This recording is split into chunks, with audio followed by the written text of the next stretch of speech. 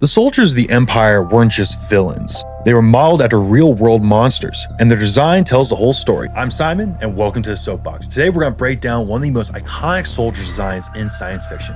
Stay tuned. These aren't the droids we're looking for. The costume design and overall aesthetic of the Empire isn't just for show.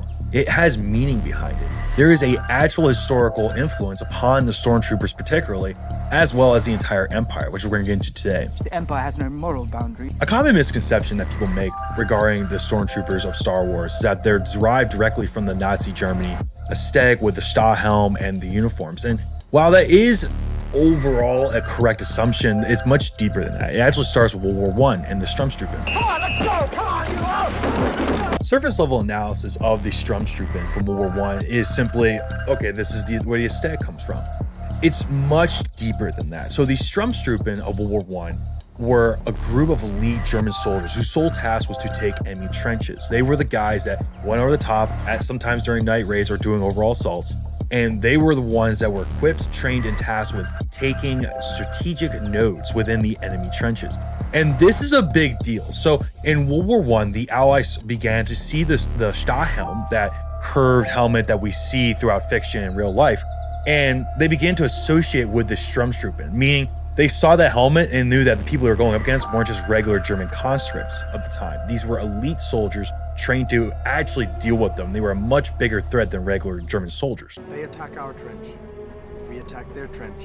And this is where we get into the core concept behind which George Lucas chose for the Stormtroopers of Star Wars. He didn't just want mindless underlings or minions or thugs chasing the good guys around. He wanted an intimidating, well-equipped elite corps of soldiers that would actually prove a worthy challenge for the Jedi. And this all comes from World War I. Again, when Allies began seeing the Stahlhelm on the battlefield, they began associating it with soldiers that could actually overtake them. Fast forward into World War II, and now every German soldier is wearing the Stahlhelm. So does it just end World War I, or does it get deeper than that? Nazis? For this next part, I will pull up the disclaimer that I am not a Nazi sympathizer, nor am I one of those weird guys like, well, the Germany could have won. No.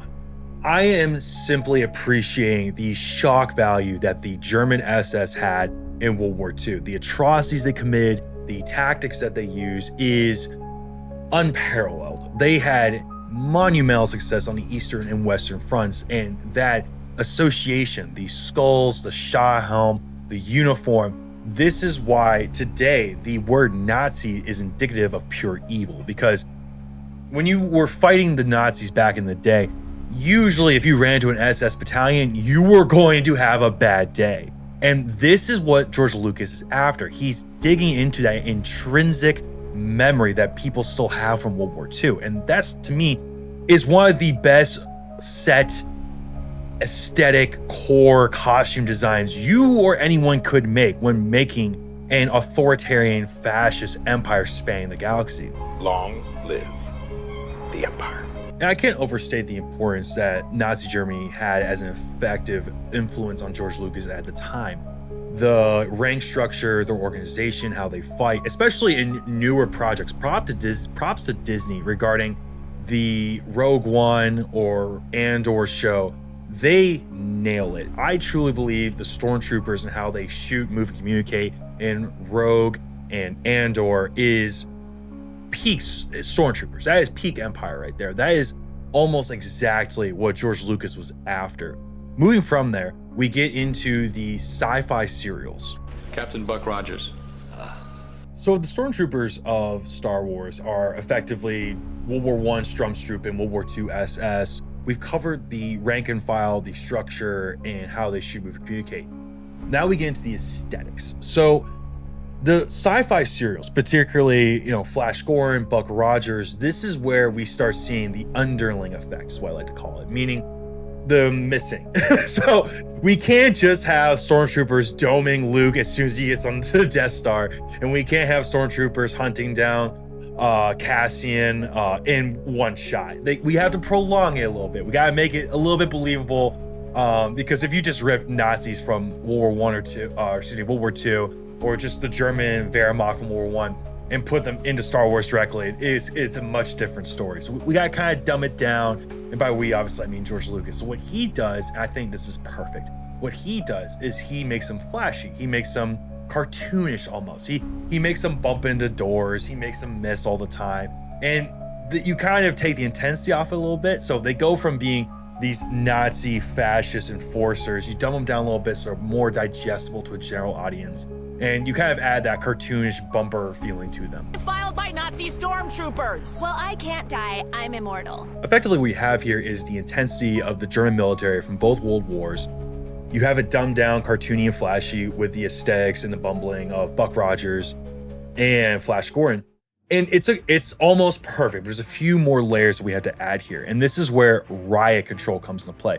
So if you haven't caught on yet from watching Star Wars, George Lucas is not exactly authoritarian. In fact, he despises authoritarianism and fascism. To this end, what he does is he takes the forward visor of the helmet. So again, we have the curve of the Stahlhelm. Now we're getting into like the face covering because we can't give them an individual identity. They have to be a broad, faceless, psychologically intimidating force. So it's kind of the balance of the cartoonishness of the Buck Rogers sci-fi serials, and now you're getting into the real life aesthetic of riot control police and enforcers.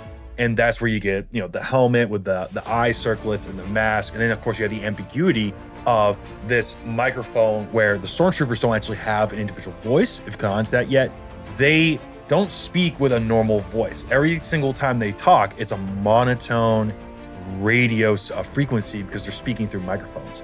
These aren't the droids we're looking for. And the reason behind them using the monotone voice is a concept that we use in writing and movie making called dehumanization. What that means is you're taking away their identity, you're taking away any possibility of hearing their voice and thinking, oh wow, that's like a real dude. He has a family and he might have a name. Now it's just, go this way. Oh, there's not droids looking for, right? And it's perfect. It's the perfect blend. And what you create when you combine German military from both world wars, the psychological impact of dehumanization, and the flashiness of Flash Gordon and Buck Rogers, you get Star Wars Stormtroopers. And it fits almost perfectly. Final notes, I will say this. A lot of people critique the Stormtroopers regarding their accuracy, their bumbliness. And to those people, because I do agree with you that those are valid critiques, but I would like to highlight that this is a freaking kids show, right? If we made the Stormtroopers and the Empire as scary as real life Nazis, George Lucas would have sold a dang movie the original time he was making this stuff, right? So and this is something I will give credit towards Disney. They are making the effort to make the Empire intimidating. And this is a video I'll make later on. But I think initially George would have loved to make the Stormtroopers as deadly, as elite as they are now in Disney projects. But at the time, it had to be digestible to the audience. Critical media literacy and politics of gender. This has been Simon. I'm going to get off my soapbox now. But before you leave, may I ask you to like, share, and subscribe, and also leave a comment down below what your favorite Stormtrooper scene is. Peace, y'all.